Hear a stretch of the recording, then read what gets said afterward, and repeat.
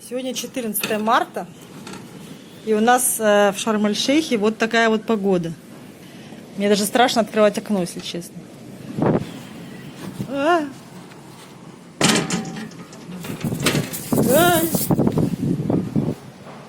Вот такая вот.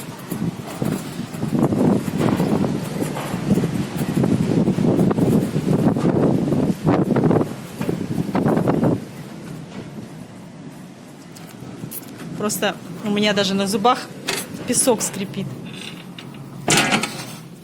Вот такая вот, короче, погода. Все летает. Весь мусор, песок, вон не видно даже горизонта там, короче. Все в песке. Походу будет дождь все-таки. Обещали ливень, грозу. Но пока просто сильнейший ветер, тучи, но вон там, похоже, уже дождик начинается. Поэтому мы сидим в номере, да? Скажи привет. Помаши ручкой.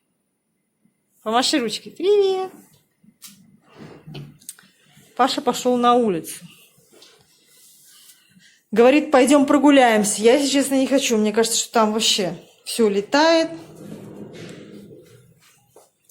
Все в песке. Песок летит в лицо. Потому что у них же, в принципе, везде песок. Нормально. Стой, только дверь не закрывай, либо этот возьми. Мы же не войдем. А Глеб нам не откроет. Короче, вот такая вот фигня творится. Не вижу вообще. Идет запись. Что-то неимоверное происходит вообще. Я говорю, вот эти штуки сейчас просто улетят. И уже капают, кстати. Ха-ха-ха, ты проиграл. Мы поспорили, что будет дождь. Паша сказал, какой дождь, ты что? Вообще никакого дождя не бывает. В Шарм-эль-Шейхе, да ты что? Вот он, дождь. Сейчас ливанет.